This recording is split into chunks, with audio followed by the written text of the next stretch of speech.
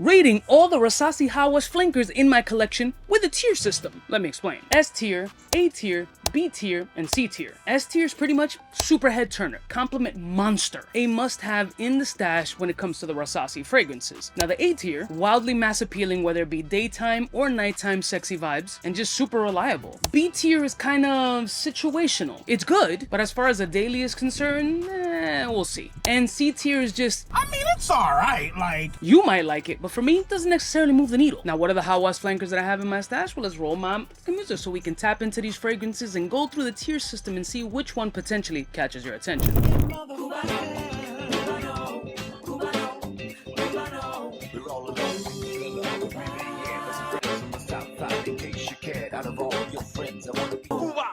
Bless you, one of my beautiful peoples. You know who it is. It's your boy, C to the U to the B to the A. Let's jump right into the fragrances, and these are the following 5 that are within my collection. I don't know where my original Hawas is, to be honest with you, but they're all about the flankers anyway. Hawas Black, Hawas Ice, Hawas Tropical, Hawas Fire, and Hawas Elixir. So since this is the one that I get asked about the most, let's start off with Hawas Ice. Now for me, Hawas Ice is one of those fragrances that has this subliminal plum note in the fragrance that does tend to come off usually at the full dry down of the fragrance off of my skin. It's a bright, zesty, fruity fragrance with a lot of body, but sometimes the sweetness could be piercing to some. But as I mentioned, the dry down on this fragrance is truly what brings this fragrance. It's light. It's fruity, aquatic, again, a little bit of a fruity plum note, very synthetic-like, but the cardamom energy in here is also very sexy and super wearable. Now, Hawas Ice definitely lives in that Invictus/Invictus Aqua category, which is a super mass appeal DNA that a ton of people love. The performance on this fragrance is definitely good, so I would comfortably place this fragrance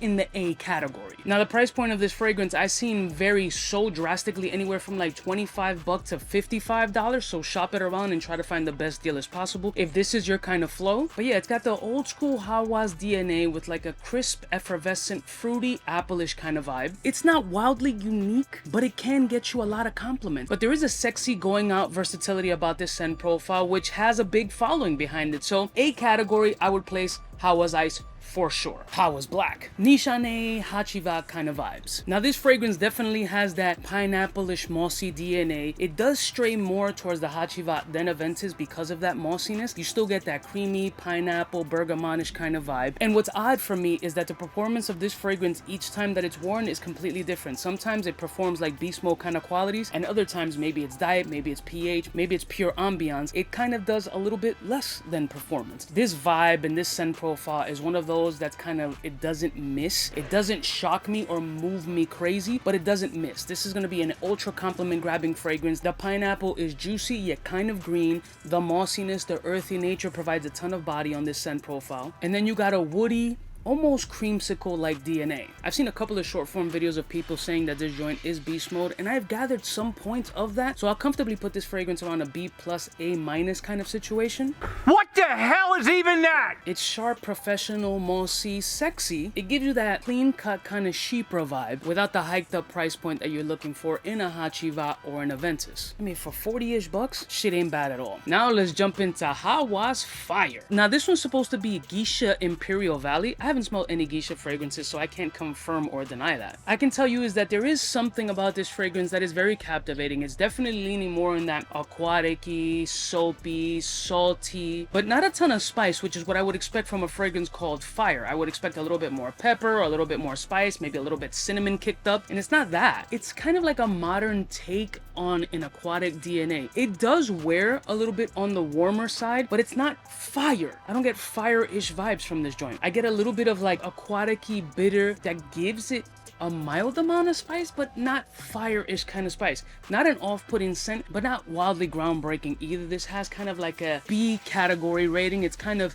good, but if this is in fact a 𝗙𝐶𝐿 Imperial Valley clone, I don't know if I want to run to the store and check it out, but I probably will. Ambery, aquatic, salty, slightly fruity, fun and playful. It's just good, not amazing. So it's like B plus A negative kind of tier. I'm just keeping it a stack. It's not a bad scent at all, but thinking for myself and for the masses, yeah, like B plus A negative category. Do you like Hawas Fire? Let me know in the comments below. Now, honestly speaking, this is one of my favorite in the lineup. Hawas Tropical. JPG's Paradise Garden, and this is the one that I'm gonna spray on my skin. I already know how this scent plays off, and it plays off beautifully. It is a very good interpretive fragrance of Paradise Garden, at least for me, and it definitely takes on that Paradise Garden DNA. Coconutish, green, slightly aquatic, very mass appeal, almost body lotion-esque. Absolutely beautiful scent off of my skin. Performs outstanding off of my skin, and I would definitely put this in the S category for my taste. Let me backtrack a little bit. Maybe S category, A plus-ish kind of space, because it does lean a little bit more on the summerish kind of vibes. It doesn't have the full versatility of it being a daily wear signature scent DNA. In my opinion, it does lean warmer weather, but not everybody lives in a 4-season climate, so I just really love how it smells on me though. Yeah, it's fucking outstanding off of my skin. It's upscale, it's coconutish, it's creamy, it's figgish, it's earthy, milky, cocktailish, summertime vibes, and performs outstanding off the skin. This joint lives around that sub $45 price point, and I think it's absolutely well worth it,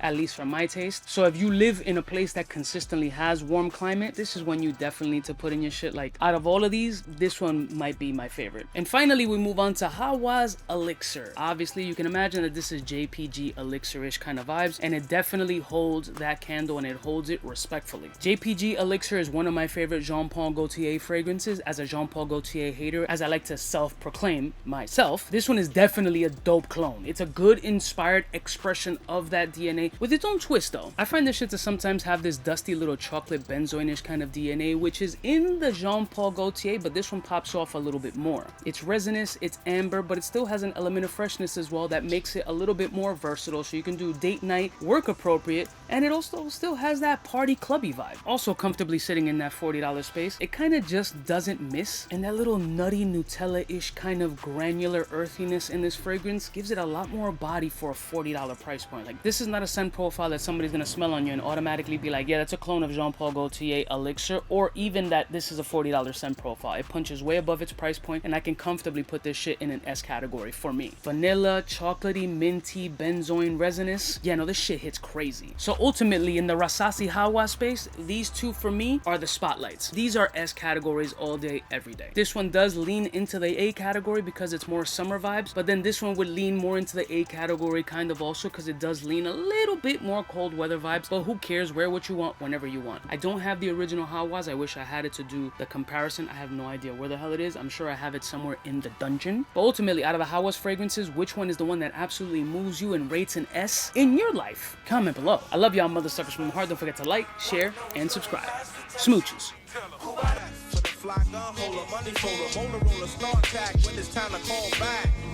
For the rough, rugged, and raw way, this nigga Jay, it's a game, but he don't play. Hey, for all the chicks that got dead in the penthouse suite on top of my mom's crib. It's nonsense, you never get